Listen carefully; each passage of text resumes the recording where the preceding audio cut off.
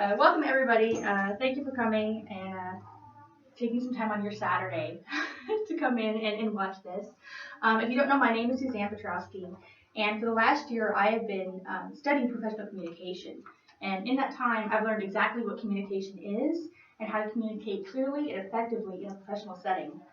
The task of communication can often be challenging and take a lot of time and planning. People often shy away from the task of interacting with others or presenting information because it can be scary. This fear and anxiety can take over the situation and make it seem a lot bigger than it actually is.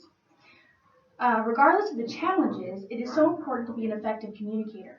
These skills help us professionally as well as with everyday interactions in our lives. I have learned that through awareness, preparation, and planning, we can cut down on the fear that keeps us from communicating, as well as gain skills and respect and make ourselves an asset as a professional. Now, I've brought a few outlines, and we kind of take a look at these as we go through. These outlines are not only an outline for the presentation, they're also an outline that you can use at a later date. Like if you wanted to make a presentation, you can kind of use this as a format. Let's go see them. And we have first one. It's awesome. All right. Competence in communication builds professional rapport and keeps away anxiety.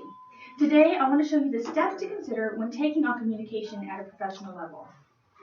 You may think that you don't need to have communication skills because maybe you don't work or you feel like the position you have, you're never going to be doing any type of heavy communication or public speaking. But these skills are valuable in everyday life as well. According to Walnut, Kieran, and Plax, the ability to communicate is second only to team skills in the professional world.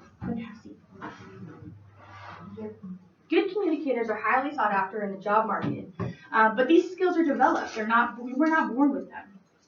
How many of you can actually talk to someone you don't know for 10 minutes? Yeah, that's good. That's actually how many of you have a fear of public speaking? Yeah, this is normal. Those that do this as a profession make it look so easy. But if you're like most people and myself, you have at least a bit of a fear of public speaking. When I learned that I had to do a recorded presentation, a previous assignment, I was really intimidated. But when I learned that I had to present for 15 minutes in front of people, my heart about left my chest. What would I do? What would I say? Who would I get to come see me? I don't have any friends or family to live nearby. I had to overcome this fear and anxiety. What I found was what I'd been learning, all the technical aspects and tools for communication were going to be my help. They were going to manage that anxiety for me. So what are these tools in my toolbox? Well, first, we have to know what communication is. Then we have to learn how to make the right impression so that communication can happen how we want it to. Then we need to know the most effective way to execute our actual communication. So what we're going to talk about today is what is communication, creating an impression, and getting down to the business of actual communication. So what is communication? According to Sethi and Seth, in their book, Interpersonal Communication, the Lifeblood of an Organization, they say that communication is like the circulatory system. There's a pulse and an exchange that takes place between sender and receiver. In order to have communication, you have to start with someone who is sending out information and another person who is receiving it. But the cycle does not stop there. Communication is a two-way street. As much information that is sent out, it's also returned in either understanding or a request for more information. Senders have to be aware of how their message is constructed to make sure they are understood correctly, and receivers have to make sure they're properly decoding the information so there's no miscommunication. Miscommunication can happen in many ways. Communication is not just words. Tone, gesture, and expression play a part in the interpretation of a message, and this happens fast. There is simultaneous communication going on between the sender and the receiver. So make sure that what you are sending is being interpreted correctly by being aware of not only your words, but also how you are speaking and your body language and what your body language is saying. Now that you have the basics of communication, let's talk about what makes the biggest impact, impression. Impressions are a way of communicating when we don't have to say a word. Often, this is an interpretation rather than the word. Often it is the impression made rather than the words said that make the biggest impact. You have control over an impression you want to make. Developing communication and presentation skills provides you a tool to achieve the polished, competent, professional impression you are going for. First impressions are made quickly with limited information, so how you present yourself matters. Waldeck, Kearney, and Platt state that many first impressions are based exclusively on personal appearance. You have to gauge how formal your clothing should be depending on the situation, and you can almost guarantee that a judgment will be made if someone is not dressed at the appropriate professional level. Most employers have a dress code and expect it to be followed. Not doing so creates a lack of credibility and a look of unprofessionalism. Jewelry can change an impression from good to bad as well. Wearing absolutely no jewelry is generally acceptable and is a safe plan if you're unsure of the requirements of the organization. However, wedding bands or a simple necklace are often acceptable as well. Wearing multiple rings or jewelry that's highly distracting is typically seen as unprofessional and unacceptable in a professional situation. Jewelry may help you reflect who you are to the world, but trying to make a fashion statement in a professional setting can also diminish credibility. The details matter, so belts, shoes, watches, planners, briefcases, and all the little things that you wear or that you carry on your person can contribute to how others view you. That includes grooming. Make sure you have an appropriate haircut and style that reflects a professional attitude. Again, some employers have stipulations on the dress code that refer specifically to an employee's hair. So be aware of what those requirements could be. Cleanliness is important, as well as manicured nails, well-groomed facial hair, and overwhelming scents. Often perfume and cologne are used, but they can be highly distracting if it's too overwhelming and powerful. Many people are sensitive to scents, and it clearly does not leave a good impression if they're more focused on your scent than they are in meeting you. So makeup cannot be required by an employer, but if you are looking to make the best impression possible, makeup can help you look fresh and energized, effectively hiding any tiredness or stress that you may be trying to conceal. Makeup done in a conservative way with natural colors can give you the boost of confidence that it takes to make a great impression. And that confidence is super important. The way we look is one thing, and it can be influenced by many factors. A professional wardrobe, it takes time to build and to get together. A lot of that stuff is really expensive. But how we carry ourselves costs nothing. Even if we wear a designer suit and have a perfectly groomed appearance, our posture can distract from the impression we're trying to make. If the goal is to make a good impression, we have to reflect that we're worth that.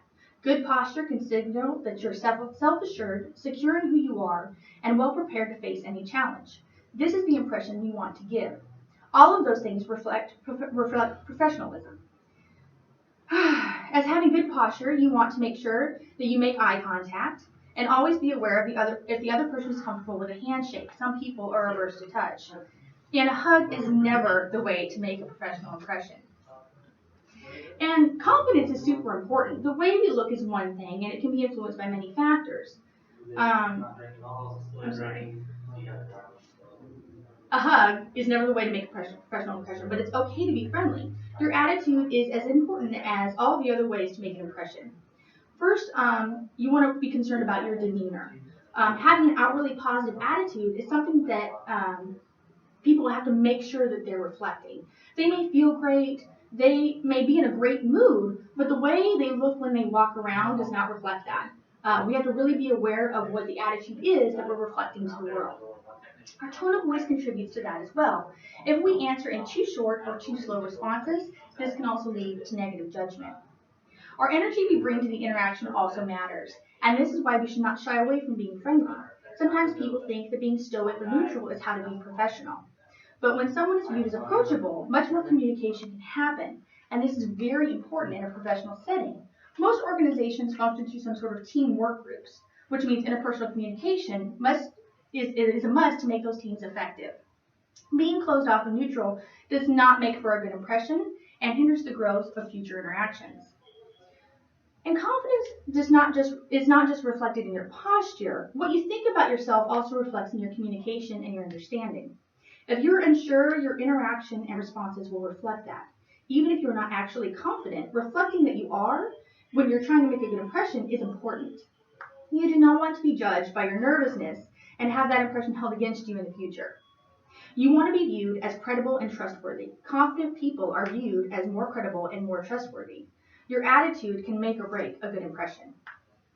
So come up with a plan to make a great impression. Create a standard for your clothing choices and start to become aware of how you hold yourself and how you show yourself to others. By having a handle on presenting yourself, you can then make a plan to create an impression for the situation. You begin by considering who you're going to be communicating with. Is it a coworker, a boss, a potential employer? You will interact with all of these people a little bit differently. You may need to be respectful of position or ranking, and you may need to refer to that in your interaction. So do any research you can before your interaction. This will be highly impressive for the person to form their opinion of you. I'm a massage therapist by trade, and I was once interviewing to work in a center with other massage therapists. I was new to the area, and typically I do my demographic research when I move in to see who is the highest qualified, who is the best in the area, basically, because I know those are the only people that I want to work with. And my interviewer was one of these massage therapists. And I made mention that I was also looking to branch out into more of a sports therapy environment, something her educational background showed that she had experience in. And she was very flattered that I'd taken the time to learn about her, and it opened the door for many more conversations about moving into that area of focus. Because of my research, it was a much more memorable interview, and I left her with a very good impression of me. And with that, you want to be honest when you interact. Be confident and share what you can do, but don't embellish. Sometimes it's this embellishment that makes the strongest impression, and that is what the person thinks of you when they see you again. Just be honest about who you are. It's better only to be confident in the areas that you're actually confident in than to kind of blow up things. Faking too much confidence is easily seen through and can quickly lead to negative judgment. And sometimes we meet people for the first time in informal situations. Maybe the first time we meet like coworkers at a company party, or we get invited to go out together, and this is not the time to show the real you. You still have to be focused on making a good impression. Acting too informal can lead to more reasons for personal judgment. It is better to be formal to protect your reputation than to give all of your coworkers reasons to think badly of you. And in the end, you really have to use all you've got. Your professional success is determined by how you present yourself. And so you want to use all the good you've got. Take every positive aspect you have and make a plan to use it. This gives your confidence a boost. Stand up straight, look good, be positive, and be yourself. Reflect the impression you want everyone to have of you, and you will be successful. Once you have your impression plan down, you're ready to go for actual interaction. And that can take many forms. So let's go deeper into what it means to communicate. So knowing all of that, knowing what communication is, being aware of miscommunication, and knowing how to make a good impression, we still haven't said a word. So what would you say is the most important part of communication? Eye contact. Yeah? Anybody else? Listening. That's right, we're still not saying anything. So, and who is responsible for listening? The receiver of the information? Everyone, exactly. So yeah, it's not just the audience, but everybody is responsible for listening. Senders of information have to listen to feedback they get from their messages. They have to know what the information they're sending sounds like and how it can be interpreted by other people. Receivers have the job of making the effort to listen. They have to actively involve themselves in the process. Passive listening is a form of hearing the information, but basically it's just receiving the message on autopilot, according to Walden, Curie, and Flax. But active listening involves yourself in the information and actually making an effort to comprehend what's being said. Active listeners give all of their concentration to listening. They interact and nod and give the sender feedback, and they make eye contact or smile to further show they're listening. Why is this an issue? Not everyone is a good listener, or maybe the information is just not something that pertains to us or something we're not very interested in. So what can we do to better prepare ourselves for listening? We have to develop listening skills. Listening skills would start with being mentally prepared. Therefore, mentally prepare yourself to be receptive and open in a situation where you know you'll have to listen. Decide on how much effort it will take to truly listen to what's being said. If it's something you want to hear, the effort may be very little. But if the subject is complicated or uninteresting, it can take a lot more effort. You have to concentrate and commit. When you find yourself in a situation where you have to listen, commit yourself to listening to the sender. Don't let your mind wander or let yourself get distracted in other ways. Make a commitment to be an active listener. And you want to search actively for meaning. And really try to understand the information being presented. If you need to ask questions or offer examples to further understand, do that. Offering feedback is great for the sender to help them further elaborate on their point, but it also shows that you're actually listening and absorbing the information. And you want to really make sure you keep focused. You want to stay actively engaged in listening. Sometimes our minds do wander, even after we've committed to and been involved in communication. But we have to make sure that we're keeping our focus, that we don't miss the message. And in the end, you want to make sure that you suspend all judgment. It's very important not to decide what the sender is saying before they've had a chance to say it. Our minds move very quickly, and sometimes we think that we have the gist of the information before the sender is finished revealing their thought. This may cause misunderstanding, because we didn't wait for all the information to be presented, but came to our own conclusion. And a lot of what we understand is based on perception. Additionally, how we say things is also based on perception. Both listening and speaking are influenced by the perception of how we see ourselves. How we communicate is heavily influenced by this. Make sure to seek understanding and do not make assumptions about information. Do not be afraid of asking for an explanation if you need it. Willingness to ask for clarification reflects personal confidence and great listening skills. So there's some nonverbal strategies regarding communication. And a lot of the nonverbal strategies used to communicate are the same strategies for making a good impression. And one of the easiest is to smile. Waldeck, Kearney, and Flack say that smiling and looking directly at others communicates friendliness and approachability. By doing this, we are communicating without saying a word, and it opens up the path to have more interaction in the future. So we also want to dress to fit in. So for where we're working, we want to look around and see what is everyone else doing. What is the culture of where you are? Is everyone else wearing business suits, or is it pretty casual in polo shirts and jeans? You want to dress on par with everyone you're communicating with. If you're wearing a uniform, you need to make sure that it meets the requirements deemed by the organization, because it reflects professionalism as well as respect. It's also a good example and will build credibility. You don't want your uniform to be off or different from everyone else's, because they'll notice that. And also we want to be aware of gestures. Keep gestures relaxed. Do not over gesture, and do not hold your arms at your sides. Be culturally aware of gestures. An OK symbol may be acceptable for most of us in the United States, but some cultures find it extremely offensive. And workplaces become more diverse, we have to be more culturally aware of all these little details. Also, shaking hands or a pat on the back may be completely acceptable to show appreciation to a coworker, but you would not give your CEO a pat on the back. Keeping gestures respectful and appropriate is important in communication. But obviously, when we think of communication, we're thinking words. We will use everything from conversations and meetings to emails and formal letters to send our messages. But we have to be very careful to make sure these messages are effective and appropriate. Clarity in all professional communication is key, because it makes sure the message is received properly and it makes it easier on the listener. So some verbal strategies. The first one really, it is clarity in communication. I want to go over 5 skills to keep your verbal communication clear. And the first one is speak to be understood.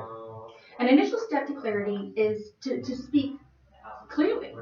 Make sure that you are not only taking the time needed to properly relay the information intended, but a lack of organization or rambling tends to not only confuse the receiver, but also makes you look bad.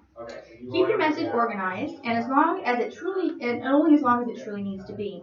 Because Stephen King stated in his book, The Little Red Handbook of Public Speaking and Presenting, no audience ever complained about a presentation being too short.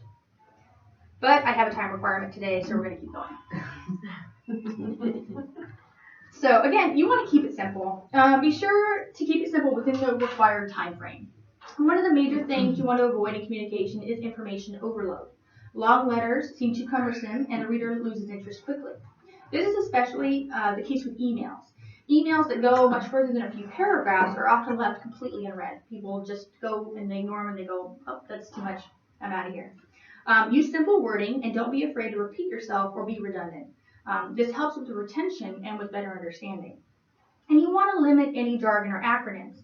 Again, stick to simple phrases and explain out any acronyms to the receiver. Many acronyms can take on multiple meanings, or the receiver may be completely unfamiliar with what their intended meaning is. It's always best to give a full explanation rather than rely on the acronym. And technical jargon can only be used if you're completely sure that the receiver uses the same jargon. It may provide you with more credibility to use the appropriate jargon, but again, only if you're sure that you have shared meaning between you and who you're communicating with. Like if it's a technical term at work and it's what you do, then they're like, oh yeah, I got you, I understand that. But if they're maybe in another department or don't fully know 100%, don't do the same exact thing, your technical jargon may not match, they may not understand it. And when you're speaking to a group or even an individual, we're often communicating to try and influence people. We want people to be interested in our message and be open to influence. To do that, we need to take that confidence you're representing through your professional appearance and put it into your language. Power language is speaking with confidence. Do not question yourself or use self-depreciation when speaking. Make statements. Do not give the receiver a reason to question you. By conveying your message confidently, Waldeck, Kearney, and Plax believe that you will come across stronger, more assertive, and more factual. In addition to power language, you need to be animated. Using monotone voice or other dull, boring interaction, the receiver will have a hard time staying focused on your message. Use descriptive words so that listeners can really engage in the information. Don't just say, the boy was fast. Use a descriptor like, he was lightning fast or as fast as a cheetah. Using this language will help engagement and can be used in any form, written or verbal communication. Now, forms of communication, for professional communication, there are a few options when it comes to verbal communication. First of all, interpersonal skills are extremely valuable, having an actual conversation. The ability to network and interact easily only makes communication that much smoother. Being able to talk to coworkers is ideal for approachability and keeps communication flowing. Letter writing is another skill in communication. Keeping language simple and clear, as we talked about before, is the best way to make sure your letter is doing its job. Again, emails or letters that are too long or do not get to the point are often simply ignored. Presentation skills like public speaking are also highly valuable. Many people are hesitant to take on public speaking, but by having the know-how to clearly relay your message and create the right impression, you're ready to give presentations. Any judgment or criticism would now be more based on your content rather than your performance. And according to Cheryl Hamilton, in Communicating for Results, the higher you advance in your career, past entry level, the greater chance you will need to be skilled in giving presentations. So, as a conclusion, to recap, we really need to be a competent communicator. A person needs to know what communication is, how to make a good impression, and knowing what options you have to communicate effectively. So we need to understand communication for basic skills to build competence. We want to make a good impression. By being aware that you have control of your impression, you make sure you're able to make the best impression possible. You have control of the situation. And third, strategies for effective communication are your clarity. Make sure you're clear and knowing what types of communication you can use. So I hope you found this information helpful and useful. And in the words of Dale Carnegie, I would like you to know, there are always 3 speeches for every one that you actually give. The one you practiced, the one you gave, and the one you wish to give. Again, I would like to thank you for coming.